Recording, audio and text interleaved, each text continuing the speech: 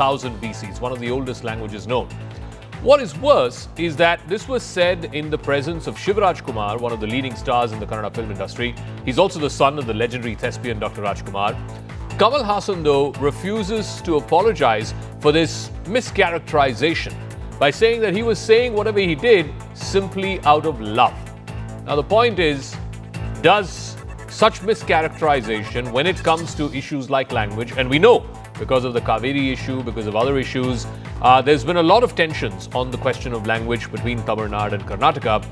Does Mr. Kamal Haasan's defense that he was saying this out of love and therefore he finds no reason to apologize, does it hold? இது அந்த ஊரில் இருக்கும் என் குடும்பம், அதனால தான் அவர் இங்கே வந்திருக்காரு. அதனால தான் நான் பேச்சை ஆரம்பிக்கும் பொழுது நான் உயிரே உறவே தமிழே என்று ஆரம்பித்தேன். அதில் தமிழிலிருந்து பிறந்தது தான் உங்கள் பாஷையும். அதனால் நீங்களும் அதில் உட்படுவீர்கள். They are confusing the issue. I think what I said was said out of love and with a lot of historians who've taught me language history, and that I didn't mean anything. This is not an answer, this is an explanation. Love will never apologize. Now, Kamal Haasan, you heard from him a moment ago. He is now refusing to apologize for his comment. But let's parse through what he said and if there is any truth at all to what he claims. Can he substantiate his claim that Kannada was born out of Tamil with any proof to back that claim? Now, both Tamil and Kannada are considered Dravidian languages. Both have a very rich history. Linguists, in fact, find them to be major languages of the Dravidian family, but they developed as separate branches from a common ancestor known as Proto-Dravidian. Kannada is one of the oldest Dravidian languages. It's got a rich and well-documented history. It dates all the way back to over 2,000 years. It belongs to the southern branch of the Dravidian language family, which also includes Tamil, Malayalam and Telugu, by the way. Now, while Tamil remained geographically and culturally rooted in what is called the Tamilagam or the Tamil land, Kannada speakers moved westwards and northwards to what is now the Kannada Nadu or the Karnataka as we know it, modern-day Karnataka as we know it, leading to independent linguistic evolution. Now, both languages share linguistic DNA, but the syntax, the grammar, the vocabulary, of course, diverged over a period of time, whereas now it's got to a point where both these languages sound very, very distinct from each other. It's not like Tamil and Malayalam, where if you know some bit of Tamil, you can pick up Malayalam, or even vice versa. If you know a little bit of Malayalam, you could pick up Tamil. Similarly, between Telugu and Kannada, but between Tamil and Kannada, that is not quite the case. But let's listen in to some political reactions to what Kamal Haasan said. Clearly, in Karnataka, this has raised hackles amongst politicians, both in the BJP and in the Congress. Let's listen in, and then we'll open this up to our panelists. Kannada ಭಾಷೆಗೆ ಬಹಳ ದೀರ್ಘಕಾಲದ ಇತಿಹಾಸ ಇದೆ, ಪಾಪ ಅವ್ರಿಗೆ ಗೊತ್ತಿಲ್ಲ. ಮತ್ತು ಮುಂದಿನ ದಿನಮಾನದಾಗ ಅವ್ರ ಸಿನಿಮಾಕ್ಕೆ ನಾವು ನಿರ್ಬಂಧ ಇರುವಂಥ ಕೆಲಸವನ್ನು ಮಾಡಿಸ್ತೀವಿ. All right, Dr. Sudha Halke is spokesperson of the Karnataka BJP. Dr. Sumant C. Raman, author, is also joining us. Dr. Sumant Raman, let me start with you. What does Mr. Kamal Haasan mean by Kannada was born out of Tamil? I mean, there's no evidence to suggest that. Both were Proto-Dravidian languages. One was, at least the earliest that we know of, the use of Kannada was in the 3rd century BC. Tamil goes all the way to the Sangam literature in 1000 BC. So to say that, Kannada was born out of Tamil, that's just erroneous, if not mischievous. Zaka, I think we are reading too much into what Mr. Kamal Haasan said. His statements in the past and so on. Most of it are riddles. We can't even figure out what he is saying, even when he is making a very simple statement. Now, having said that, he's also sort of said his history teachers taught him that or something like that. So we now need to find out who those history teachers were to figure out why they taught him something as erroneous as that.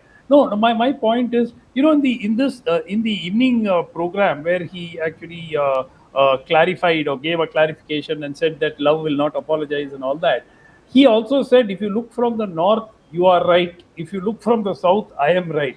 Now, I don't see why we are... Look, he is a genius as an actor. Why do we have to give so much weightage to every line he says about everything else? He's No, not. the I mean, he's weightage. the man. One second. Wait, The problem is. Zaka, let me No, finish. the problem is. Let me- One second. He's not just an actor. He's now a politician, right? He's been running a political party for a number of years. He's soon going to be in the Rajya Sabha. He's going to be in the Indian Parliament representing the people of Tamil Nadu. So, what he says carries a degree of weight, and you would imagine that people in public life, are very careful of what they say. And I'm even willing to give him the benefit of the doubt. Okay, he said something that was erroneous, something that was wrong. Why would he then double down and say, "Oh, I'm not going to apologize. Whatever was said out of love does not need to apologize"? I mean, what's so love about saying that getting something as basic as this wrong? Look, Zaka, as far as that particular phrase, he used it in the context of Mr. Shivraj Kumar being there and them being part of the same family and so on, which is sort of, probably justified in saying that it's one big family kind of thing. Of course, this phrase should not have been used. But look at his politics. It's come 180 degrees. He started the party to defeat and take on the DMK and ADMK. Today he's going to the Rajya Sabha as the DMK MP. I mean, or supported by the DMK. So I think that, look, we are making a mountain out of a molehill.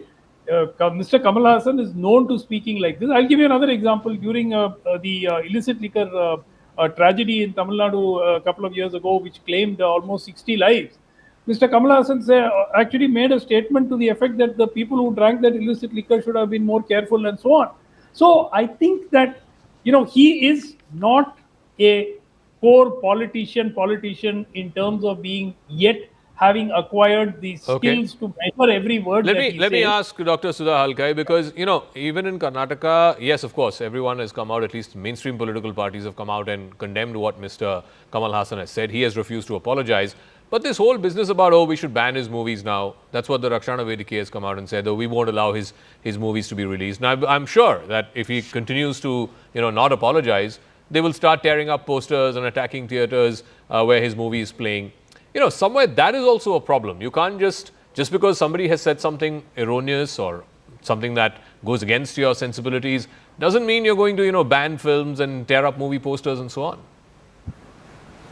Very good evening, Zaka. I feel any language is a pride of that region, I feel. And the people of that region are very much sentimental towards their language. And the statement which is given by Mr. Kamal Haasan is very provocative. And the way he is expressed is not acceptable, actually. And the way he is told is not wise enough, I feel. The thing is, both Tamil and Kannada, as you told, both come from a very rich cultural heritage, and both are divine languages, and they come from Sanskrit. Now the way he told was very rude, what I feel. And now he is not apologizing is something which is really hurting the sentiment of the people of Karnataka, the Kannadikas, because he being an actor, he shouldn't be so much discriminative about any language. And with due respect to all the languages, we do have the respect for all the languages. So he needs to apologize for that. If he doesn't apologize, then again he's hurting the sentiment of the people of Karnataka. But may I ask you, again taking off on this theme of boycotting his film and tearing up the movie's posters, etc. This is a film that is directed by Mr. Mani Ratnam. In fact, his first two films were in Kannada. He's from that part of the world. He's from your state. I mean, he, of course, made a huge name in the Tamil film industry. But, this is like saying, we will, it doesn't matter. Somebody has said something, again, like I said, something erroneous, maybe something stupid. But, we will hold everybody accountable, including somebody who hails from your state, by the way. See, it's not that question. See, his statement, he seems to be very ignorant and very stupidity, what you told. But what I have been observing is past 2-3 years, Mr. Kamal Haasan, he seems to be a very split personality where he gives a lot of, very irrelevant statements, like how he had told when 60 people had died due to that liquor scam or something. He has given that statement, and now also he has given. And not being apologetic shows how arrogant he is and how adamant he is. Being an artist, his art should speak, okay? He is not supposed to hurt the sentiment of the people, his audience. When he knows they have hurted, then he needs to ask sorry for that. And now, because he is into the political streamline, he seems to give such provocative statements. No, but Dr. Sumant Raman, on the one hand, the politics in Tamil Nadu, and I guess, both DMK and ADMK to a great extent have also fanned this. is built around language, right? Mr. Stalin, the chief minister, recently convened, all-party meetings of all opposition leaders and opposition ruled states, etc., on all kinds of issues, from going against the judiciary to federalism and so on and so forth. Every issue has made out to be it's South versus North, and here you have one of the leading stars, certainly the number one and number two star in the Tamil film industry, now saying against a fellow South Indian language. So how is it then South versus North? This is South versus South. Zaka, I agree with you that there is absolutely no harm in giving an apology. But I don't think that Mr. Kamal Haasan has, thought through this whole thing, that let us insult Kannada language. I don't think it was a statement. If he's not thinking like that, why doesn't he apologize regarding that? I agree. I agree that an apology will put the lid on this whole thing. But the point really is that the language issue now, and you spoke about Tamil Nadu being in the forefront of the language, chauvinism and so on. Karnataka is not lagging behind with the Rakshana Vedike and similar outfits. They are not far behind at all. So if you take in the recent past, there have been more than enough instances where there have been more disruption to public in Karnataka on language issues than in Tamil Nadu on language issues. Especially more so because of the Kaveri issue, because of the Veerappan kidnapping of Dr. Rajkumar from 25 years ago and so on. All the more so, he should have been, more sensitive in what he said. I mean, one of the other things that he said in his clarification, I don't know if we have this portion of that bite. He says, I come from a state where a Reddy has been a chief minister, a Malayali Nair has been a chief minister, a Malayali Menon has been a chief minister, a Kannadiga Brahmin, an Iyengar from Mandya has been a chief minister. So what? What is that? What has any of that got to do with what he uttered? Zaka, you're trying to read meaning into thoughtless statements which don't really carry any meaning.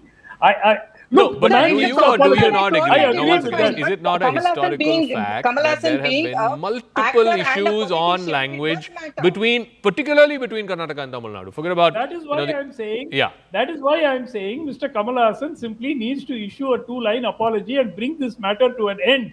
But I don't believe, I have been an extremely strong critic of him, especially his politics, where he has let down the people of the state by throwing in his lot with the DMK, whom he pledged to oppose. He broke a TV on a video ad for his party about how he would bring down family rule and so on.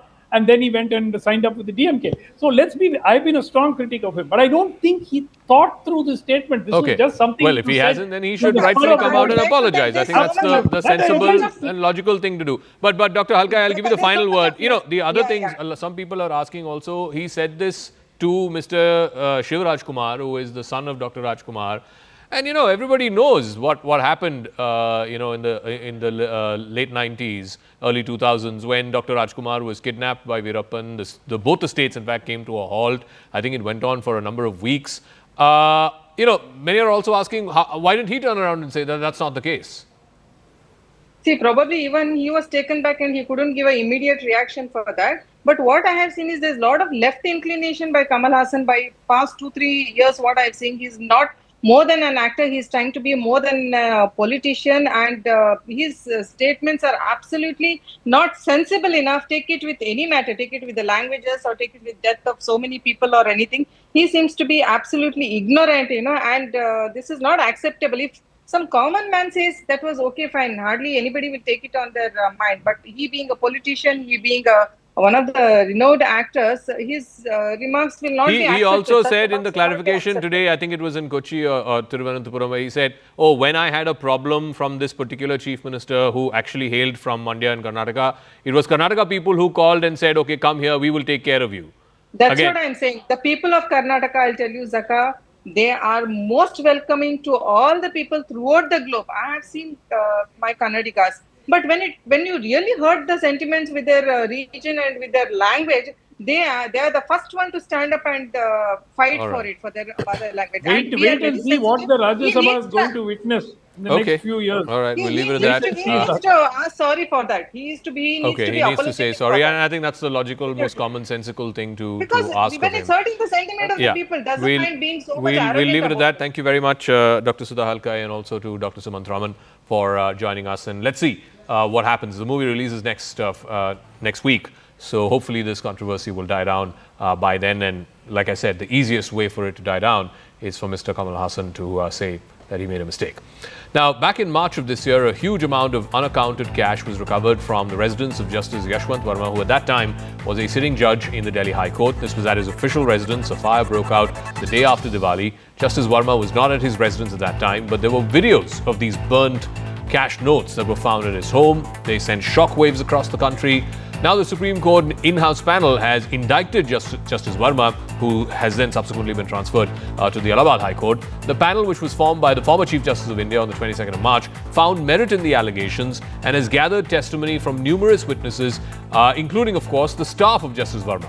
Now, the committee report has been sent to the Prime Minister as well as to the President for necessary action, which includes starting the process of impeachment, for which an impeachment motion needs to be brought forth in Parliament and is likely to be brought forth in the upcoming monsoon session of Parliament. But here's what the panel found. This was a 3-judge panel. It had judges from 3 different high courts of the country. It said that material including burnt sacks of notes was surreptitiously moved out of the room, which was part of the outhouse exactly a day after much of the money was blazed up in a mysterious fire.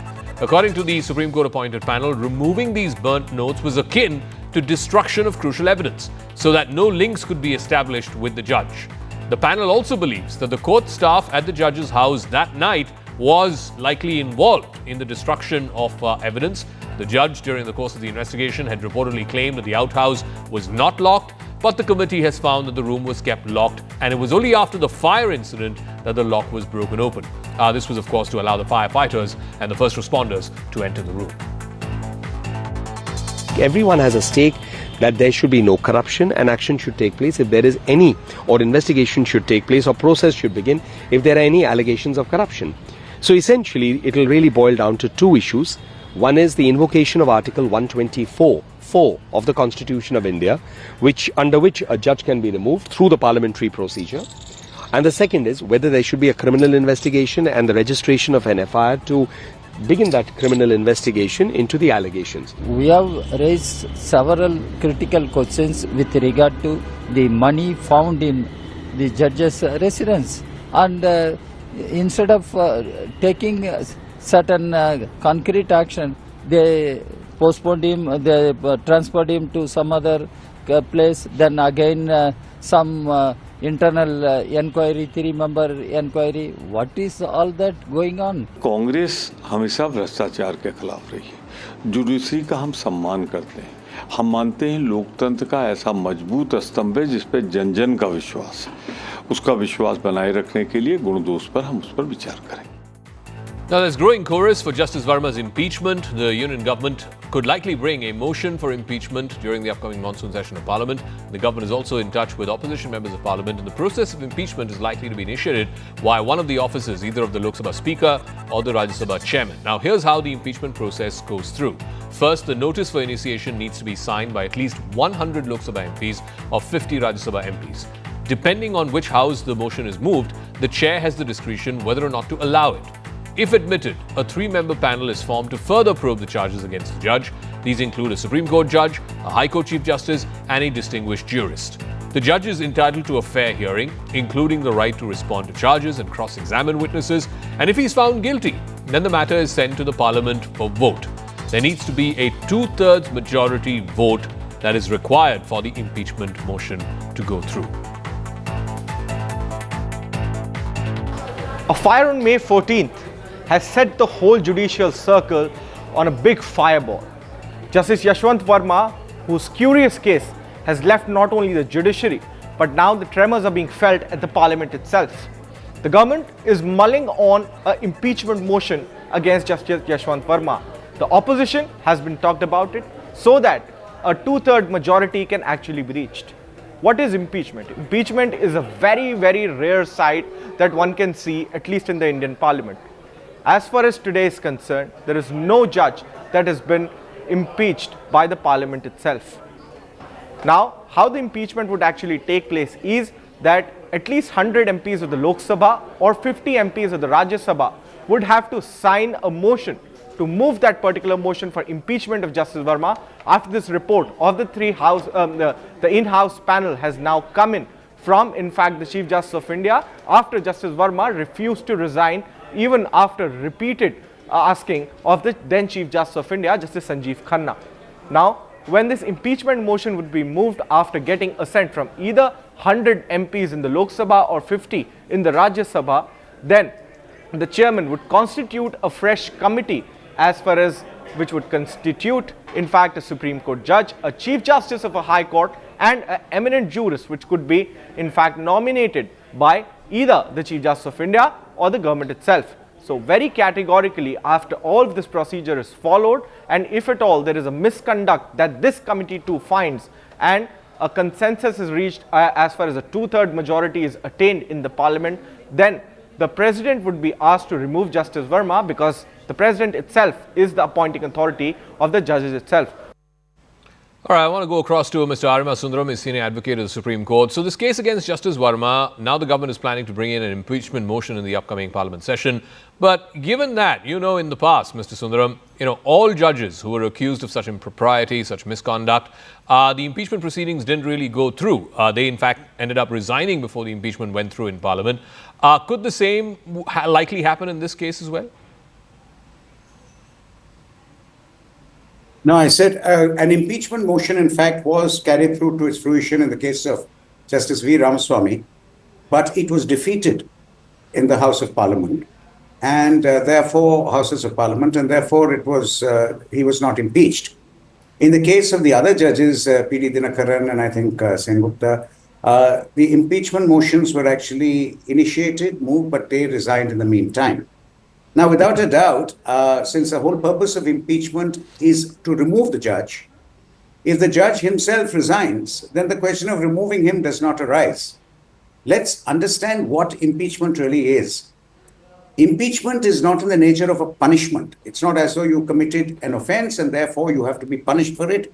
Impeachment is actually a protective device for constitutional authorities, that they cannot just be removed and therefore they will have security of tenure. And therefore their removal from office is a very elaborate procedure, which is impeachment, whether under Article 124 or Article 218. So the purpose of impeachment is that a person you would want to remove, you have to go through this whole process so that you cannot be fickle in his appointment and removal. It's a very serious constitutional office. He must have a complete security when he's discharging his functions. He should not be worried that he can be threatened with being taken away, his employment being taken away. And therefore, this elaborate procedure is laid down. So the purpose of impeachment is not to punish. Purpose of impeachment is to remove a person from office. Punishment comes under other provisions of law, where a person Let's talk about those other provisions of law, which so far have not been exercised in this case. The question that's being asked is, it's been over 2 months now since this cash was allegedly discovered at the judge's residence, in the outhouse of his residence. He denies it, but the visuals are there for everybody to see. A 3-judge committee appointed by the former Chief Justice of India went into it. They found material enough to lay the blame, certainly on the judge, if not the judge's staff. Why is no criminal action being taken against this said judge? I mean, why has not even an FIR been filed? Well, that is a decision for the government to take. The question of an FIR being filed against him is that if the state does find that there is sufficient reason to lodge an FIR, the state has to file it. Now, the state has not. In fact, in a matter like this, the state, once it gets the sanctions for prosecution from the Chief Justice and as laid down in the procedure, a competent officer can immediately register an FIR and take action under law. But if no one is taking action, that's a decision for the authorities, whether the police themselves, whether the investigative agencies, or whether the government. Somebody has to register an FIR. All right, Mr. Arima Sundaram, senior advocate of the Supreme Court, thank you very much for joining us. We'll see how the story plays out against Justice Yashwant Varma. Meanwhile, the Trump administration seems to be on a warpath against international students who are studying or aspiring to study in American universities. In the latest crackdown, the U.S. State Department has instructed their embassies and consulates around the world to pause any new student visa appointment as it moves to expand social media scrutiny and vetting process. Now, this comes after the Trump administration revoked scores of student visas. It has also attempted to stop foreign students from studying at Harvard University, one of the most prestigious in America and indeed the rest of the world, a move that has been halted by a judge temporarily. So why is President Trump going all out against foreign students? Here's a deep dive.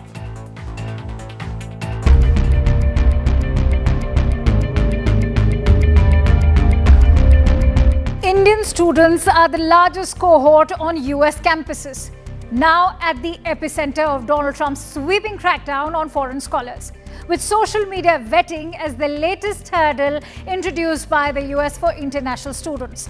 For starters, the Trump administration has already paused all scheduled interviews for visa applications. The reason? An extensive social media vetting. So what is social media vetting? As the name suggests, social media vetting involves scrutinizing an applicant's online activity.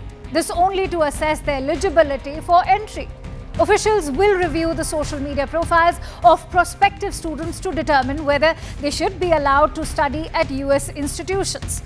This initiative is seen as part of the Trump administration's wider crackdown on international students, following widespread pro-Palestine protests on American campuses last year. Meaning, your profile could be seen as problematic depending on whether or not the Trump administration approves of your political views. Let's say you have pro-Palestine posts, you'll be deemed as anti-Semitic. After all, let's not forget, it was the pro-Palestine protests that landed Harvard, an Ivy League institution, into troubled waters. So much so, all US embassies and consular sections are being sent a cable sent by Secretary of State Marco Rubio. This until fresh social media screening rules are finalized. The US State Department spokesperson, Tammy Bruce, has underlined the Trump administration's new posture. We use every tool in our tool chest to vet anyone coming in who wants to come into this country, and in order to do so, it has to apply for a visa to gain access to our nation. We will continue to use every tool we can to assess who it is that's coming here, whether they are students or otherwise.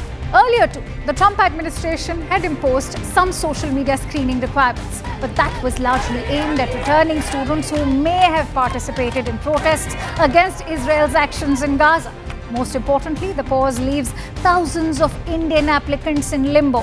This as peak admission season is approaching.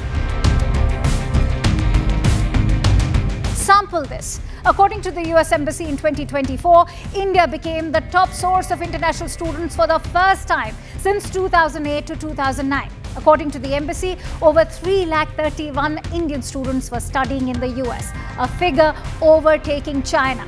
From stepped-up social media vetting to surprise terminations of student and exchange visitor program, a series of measures is reshaping how and whether non-US citizens can study in America. Most recently, the US Embassy in New Delhi had warned current students that even minor attendance lapses can cost them their status. That means if Indian students in US skip classes or leave the program without informing their school, their student visa may be revoked and they may lose eligibility for future US visas. Remember, the Department of Homeland Security has already revoked Harvard's authority to enroll foreign students. This is citing failure to hand over protest-related records. It happens as Secretary Kristi Noem accused the Ivy League school of perpetuating an unsafe campus environment that is hostile to Jewish students, promotes pro-Hamas sympathies, and employs racist diversity, equity, and inclusion policy. Data shows that Harvard has nearly 10,000 people in its international academic population, with nearly 7,000 international students. And that, for your information, comprises a sizable amount of 27.2% of Harvard's enrollment in the current academic year of 2024 to 25.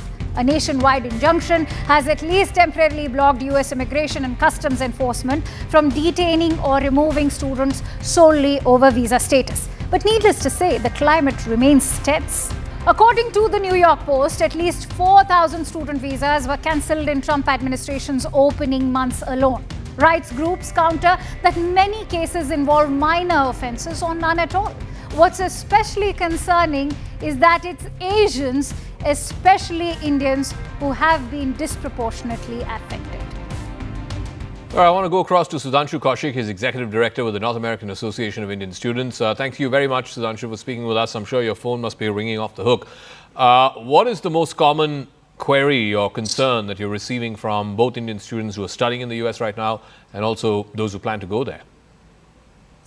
I think it's, are we allowed? Will we be able to graduate? Have the loans that we've taken be able to actually acclimate to a degree that we can receive? Are the risks that we're taking, will they be worth it any longer? The answer is we don't know. Unfortunately, the entire base of the U.S. higher education system for international students, which was a $50 billion surplus to the economy every single year, is up for grabs right now. We just do not know the answers, and I think that students themselves are somewhat feeling it as well. There was always a fear about, are we going to be able to receive internships? Are we going to be able to have job offers? But at this point, it's beyond that. It's the fact that, can I even get a degree? Will I be able to graduate? And will I be able to actually, without the government persecuting me, be able to justify the loans that I've taken? What would your advice be, particularly for the students who are planning to come there in the fall session, which begins a few months from now? If they have an admission, but they haven't applied for a visa yet, should they, take a chance and apply for a visa, or should they, defer their programs? Because a lot of universities allow you to defer your program by a year.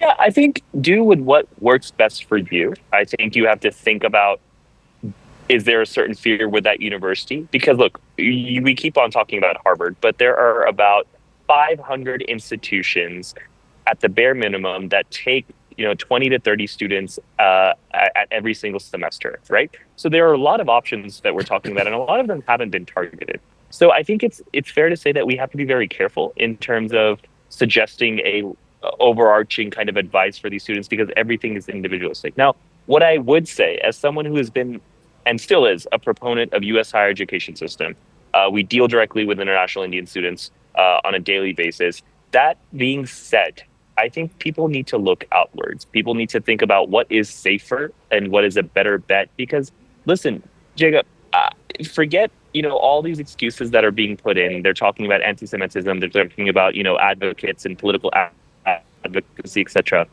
Here's the truth.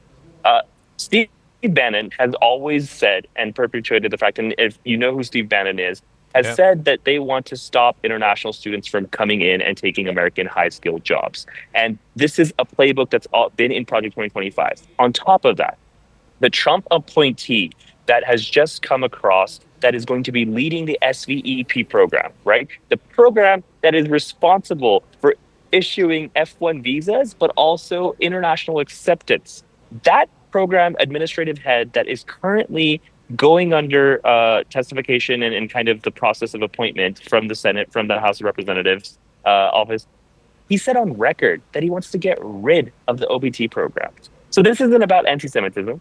This isn't about, trying to make sure that they don't have political advocates. This is about targeting the basic infrastructure of why international students wanted to go study in America, because they could have the ability to build a life. They could have the ability to get a high-paying income job. They would have the ability to pay back their loan and contribute to the U.S. economy as well as the Indian economy. And very quickly, so you said a moment ago, look outwards. But you look outwards. Canada is doing pretty much the same thing. At least that was a view a few months ago. Australia is clamping down on Indian students going to some of those universities. Even the UK, the HSMP program that they had, after you graduate from one of these high-end degrees, you were allowed to work there for a period of 2 years. Again, there's a degree of clampdown there. So where do students go? I mean, where is this outward? Okay, so first of all, outward could be Germany. They've relaxed their language requirement. They've opened up private universities to be able to be as competitive as their public universities. It's quite cheap to study, actually free for international students to go to public universities rather than paying $50,000, $60,000. Germany's a bet. But you know what's even better? Think inwards. Right now, there has been education policy changes in India. There are 4 universities who have applied to open up campuses here in India. Why not just study here? I mean, you have the freedom to study here. You have the safety to study here. So instead of being fearful at all times in the United States, and I will say that, there are certain positives. There are certain things that I feel like you can't get as well as you can here. But it's better than constantly being in fear. All right. Sudhanshu Kaushik, we'll leave it at that. Thank you very much. I'm sure a lot of students and their parents must be tensed, particularly the ones who are hoping to go in this upcoming fall session to various US universities. Meanwhile, let's shift focus back to the neighborhood. And the political climate in Bangladesh seems to have reached boiling point. A nation of 170 million people is now gripped in an open power struggle between an unelected economist interim government chief and an unyielding army general. Appointed to oversee a return to democracy after Sheikh Hasina's ouster in August last year, Professor Mohammad Yunus promised early elections. But now, as the chorus grows for democracy to thrive and to have a decent timetable for when elections can take place, Professor Yunus seems to be dragging his feet. His priorities currently seem to be lying elsewhere. Mohammad Yunus is currently on a trip to Japan. Bangladesh is expecting to get about $500 million budgetary support from Japan, in addition to another $250 million for the country's railway sector, along with likely support in other areas, which the two countries are hoping to further strengthen the relations between Tokyo and Dhaka. Bangladesh has also sought $1 billion from Japan in the form of soft loans, and the announcement is likely to come formally after the bilateral talks between the leaders of Bangladesh and Japan. Professor Yunus has also set a target of 100,000 skilled manpower for skill training and language skills. A total of 7 MOUs are likely to be signed during the official visit. But is Mohammad Yunus ignoring the crisis and the deep political crisis back home? Pressure is mounting on the unelected leader to hold elections and hold them soon enough. He says that the earliest would be June 2026, or at least the timeline would be the first half of 2026. But that is not a timeline that is acceptable either to the army or to mainstream political parties in Bangladesh. The Chittagong-Rakhine corridor, which Yunus was willing to create to deliver humanitarian supplies into Myanmar, is being objected by the Bangladesh Army Chief, General Waqar Zaman. They see it as Yunus giving in to American power play to block China's land-to-sea access. Government employees who were protesting for 4 straight days have now temporarily suspended their protest after the government initiated a dialogue with them. But the conditions remain the same. And the Bangladesh Nationalist Party, the BNP, which is the principal opposition party, is holding the Yunus government accountable for the current law and order situation in the country. Situation in Bangladesh remains to be volatile. There was a big BNP huge rally today in Dhaka where Tariq Rahman, the chairman of BNP, again stressed, and he has categorically stated today that if the election should take place within December, he has stressed that come what may, election should take place by December, and that should be that the interim government should ensure that. Not only that, he has also asked the party members to go and talk to the people and directly prepare for election. No delay will be entertained, and also he has mentioned that come what may, the election should take place by December and an elected government should take in the further decisions on Bangladesh. So it is quite clear that since yesterday BNP was very much unhappy that there is no roadmap to the election, and they are not happy with this June 30th election declaration or election planning which Mohammad Yunus has. On the other hand, when such a volatile situation is there in the country, in Bangladesh, Mohammad Yunus, he has gone for a 4-day trip in Japan. So that has also been questioned and criticized. Though the government employees today, they have not taken out the protest as they had a discussion with the government. But the big question is, when Mohammad Yunus is questioning and Mohammad Yunus is saying that there is a warlike situation, time and again people are questioning that what is he doing to control this war situation, number one. Number two is the big question is the demand of election by December that is increasing. None other than the BNP, one of the major political party in Bangladesh, they are stressing onto their point. In no way they are listening to what the interim government is saying. And finally, it's been 3 weeks since Operation Sindhur, and it is clear that India has redrawn the red lines around Pakistan. But what is this new security doctrine that India has achieved through these hits, both on terror bases and frontline air bases of Pakistan?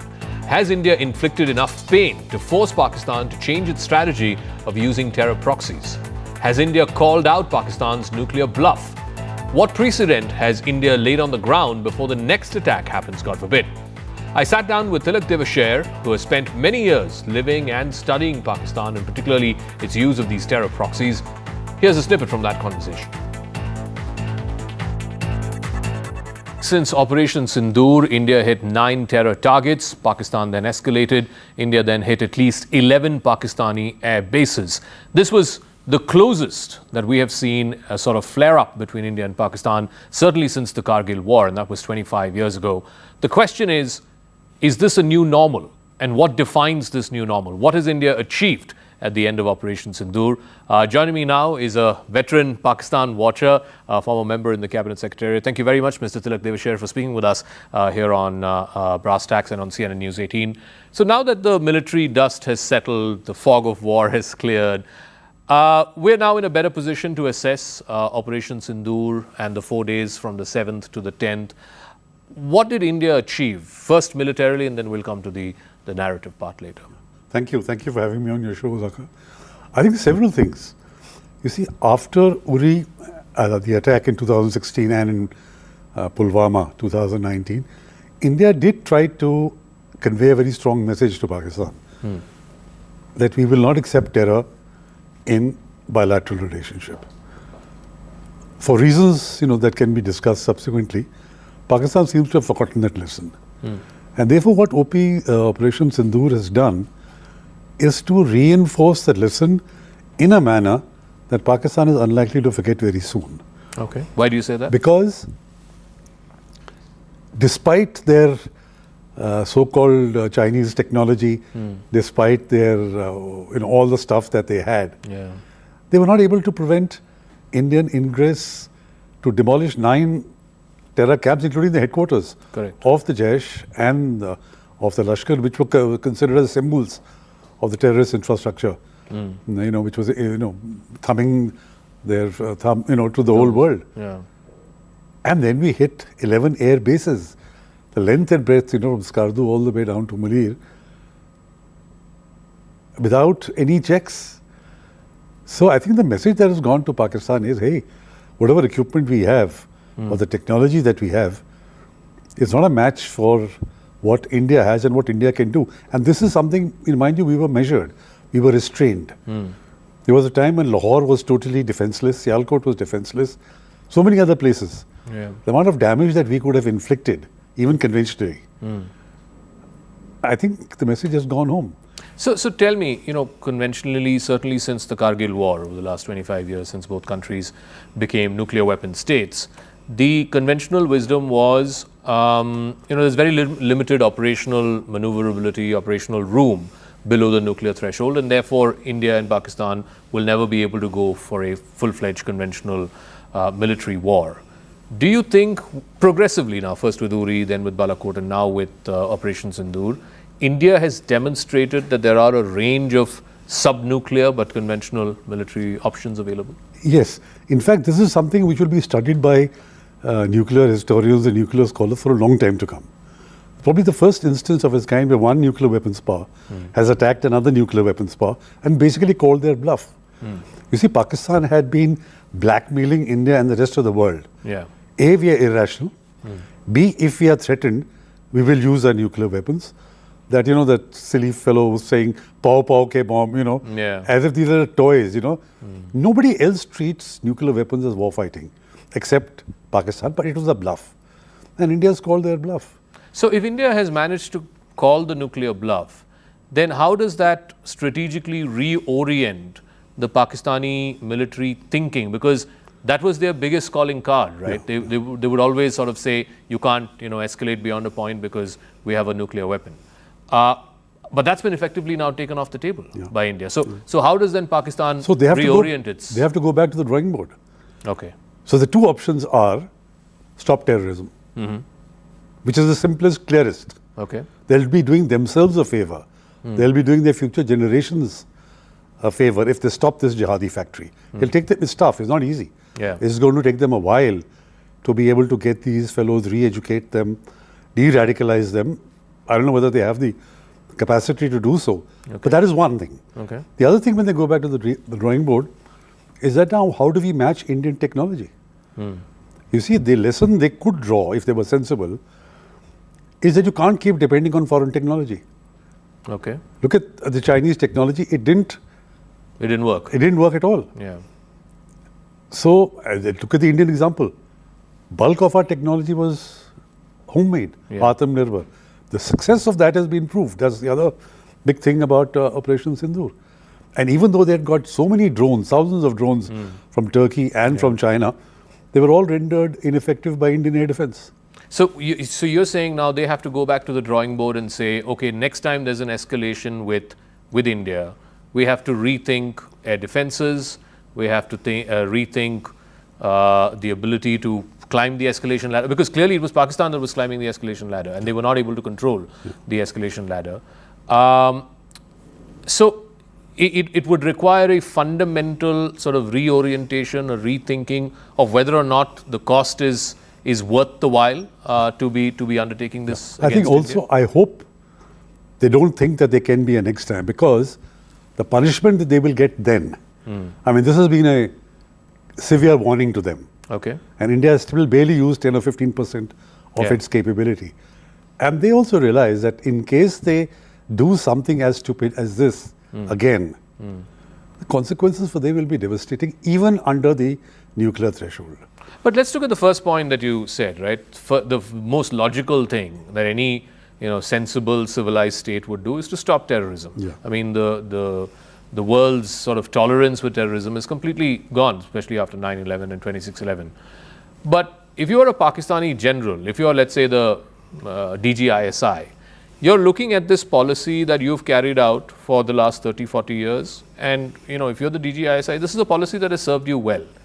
What has India done now that is now raising the cost of further continuance of this policy? Because for the first time, India has hit back at the centers of terrorism. Murid ke, Bahawalpur, and this Muzaffarabad, all over the place, where the camps, the forward bases, their training, the ideology, we've hit back for the first time. Pakistan did not expect. Why did Pakistan think that these places India will never target? They didn't think India had the guts to do it. Simple as that. They didn't think that the fear of the nuclear overhang, that if they tried something like this, you see, in the case of Balakot, it was one camp. Yeah. It was a camp, terror training camp. It wasn't headquarters, it wasn't the markaz. Here you've attacked the markaz in Punjab. So that is something which they didn't expect. That has been so bold, and then followed up by the attack on the air bases. You see, India calibrated their strikes. The first day was only the terror training camps, telling them, you can call it off now. If you want to escalate, you face the consequences. They escalated. And then they had to face the consequences. I mean, people are talking in hushed whispers. Little information is coming out. But I think the strikes that India has made have been strategic strikes. And that is going to be coming out, or is coming out, in bits and pieces. What do you mean by strategic strikes? Because I'm looking at, Asim Munir wakes up on the 10th morning and he realizes that 11 of his air bases have been attacked, and at least a few of them have been rendered unusable. What does that do to a military, thinking strategist? Like, if 11 of your bases have been attacked in a matter of 4 or 5 hours the previous night, does it then tell him that, look, I can't climb this escalation, or if I do, then it is akin to suicidal because there's no way I can win the next rung of this escalation ladder? And how does that then change his thinking of what do I have to do the next time if I'm going to have to climb the escalation? So it's not only the air bases were hit, the manner in which they were hit. Correct. That Pakistan's air defense was totally ineffective. Yes. Now, if you can do it once, you can do it again. And apart from the runways, which can be, of course, repaired, you hit hangars. Correct. You destroyed aircraft. Correct. And this was just limited to one strike over 22 minutes or whatever time it took. Can you imagine the next wave that comes? Especially like Sargodha, which is the center of the F-16s. It is also supposed to be the storage site of nuclear ammunition. Yeah. The nuclear command authority is in the Noor Khan base. Correct. Then you have in Jacobabad, you have Malir, and you have Bolari, and all these places. You have effectively taken off the PAF from the table. You see, the PAF has always had this big thing about it since 65, that we are far superior to the Indian Air Force. Okay. You know, they've always had this kind of a reputation, or the kind of build-up they give to themselves. Because of the F-16s and, you know. Yeah, in 65, you know, 2 vampires were knocked off on the first day of battle. You know, that kind of a thing. It may not be true. I don't think so it's true. But the PF went around and the West bolstered that image because of the F-16s. And India had Russian MiGs and Sukhoi. So they bolstered, you know, the media. Now when Asif Uri must have woken up on the 10th and he realized the kind of losses. Therefore, the DGMO started calling up the Indian DGMO from 10:30 in the morning. Correct. And he didn't take his call till 3:30 in the afternoon. So when you start calling up and saying we are ready for ceasefire, obviously you've been hit so badly that you realize you can't it's escalate. like a surrender. So let me get one final word. So what you're saying, Mr. Devshire, is India has now escalated sub-nuclear and hit Pakistan so bad it has to A, go back to the drawing board, B, analyze whether the cost of terrorism vis-a-vis the benefits of terrorism as they see it is still worth their while, and C, they have to now plan for what happens the next time there's a terror attack in India, then retaliates for that terror attack, because that escalation, I would presume, would be more than what we saw in Operation Sindhur. Absolutely, absolutely. I think the second point, you know, whether they'll about terrorism. Yeah. See, for the, as you rightly said, 30, 40 years they have been on this terrorism project. It's going to be very difficult for them to pull the plug. A, momentum, you know, it has a certain momentum of its own. They have a complete pipeline. People being sent to madrasas, madrasas being opened, kids being sent to madrasas, being trained, being given an AK-47 at graduation. And the kind of propaganda which is done, that the Hindu, the Jews, the Christian is your enemy. They are kafirs, you kill them, you go to heaven, you know. That kind of de-radicalization is possibly beyond the, even if Pakistan was serious, it'll take them a long time, and I don't think so they're going to be serious. They think somebody will always pull them out from the brink. Even now what happened? You know?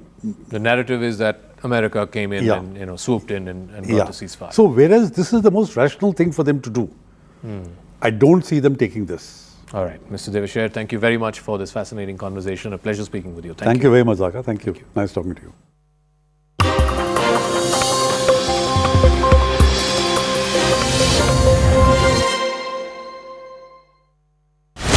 Network 18 is now the clear leader in digital media, with 55% more users on native platforms and social media than Times Internet.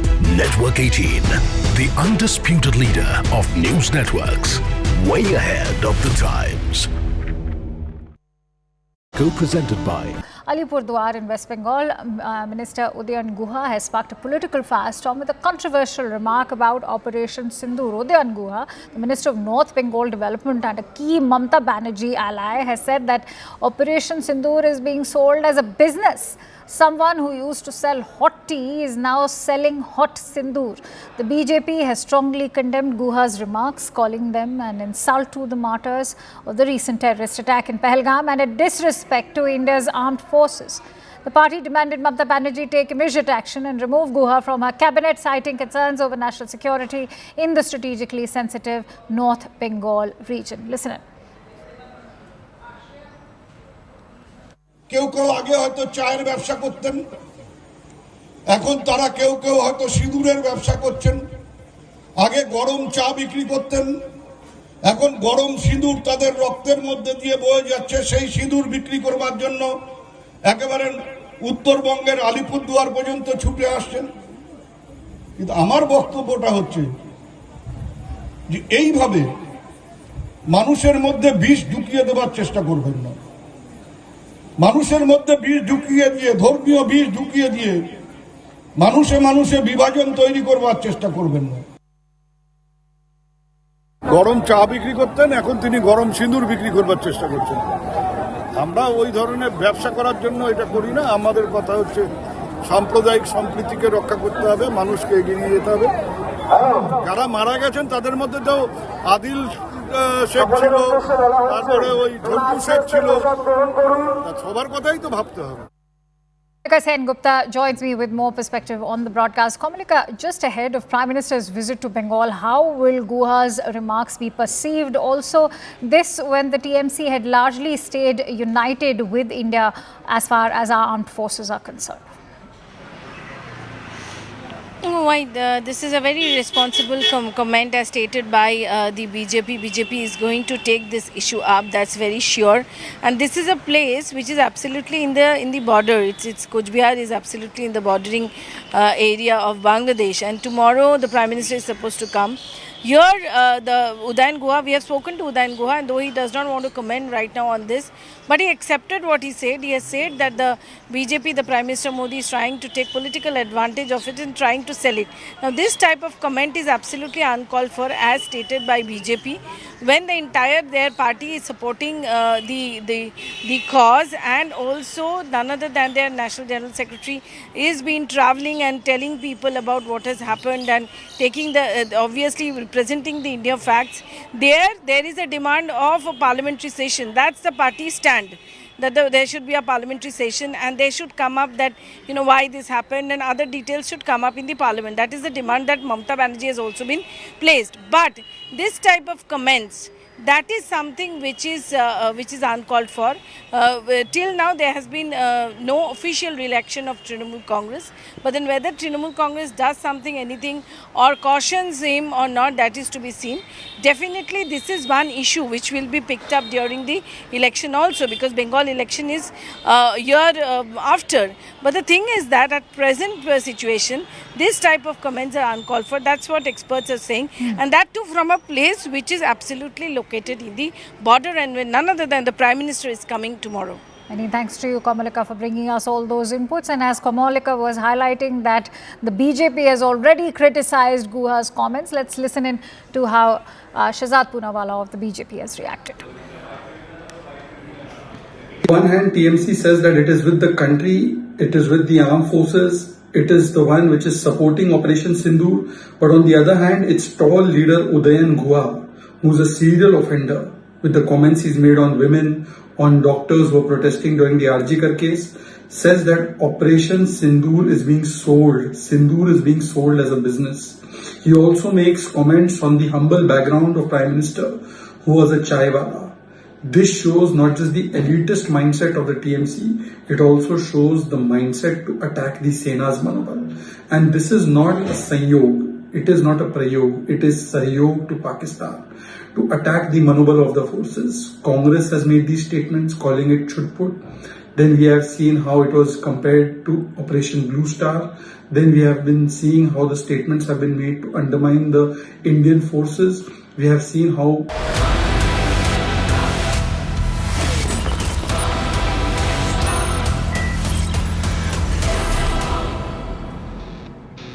Viewers, I need your attention for a few moments. Viewers, the Congress party, bent out of shape by the decisive action taken by Prime Minister Modi under the ambit of Operation Sindhur, has decided to declare war on its own MP, Shashi Tharoor, and by extension, the nation, our India, our Bharat. You've all been commenting and appreciating Tharoor for setting aside partisan politics and praising the NDA government's response to the dastardly provocation by Pakistan as he leads delegation to present India's case abroad. And he has traversed, viewers,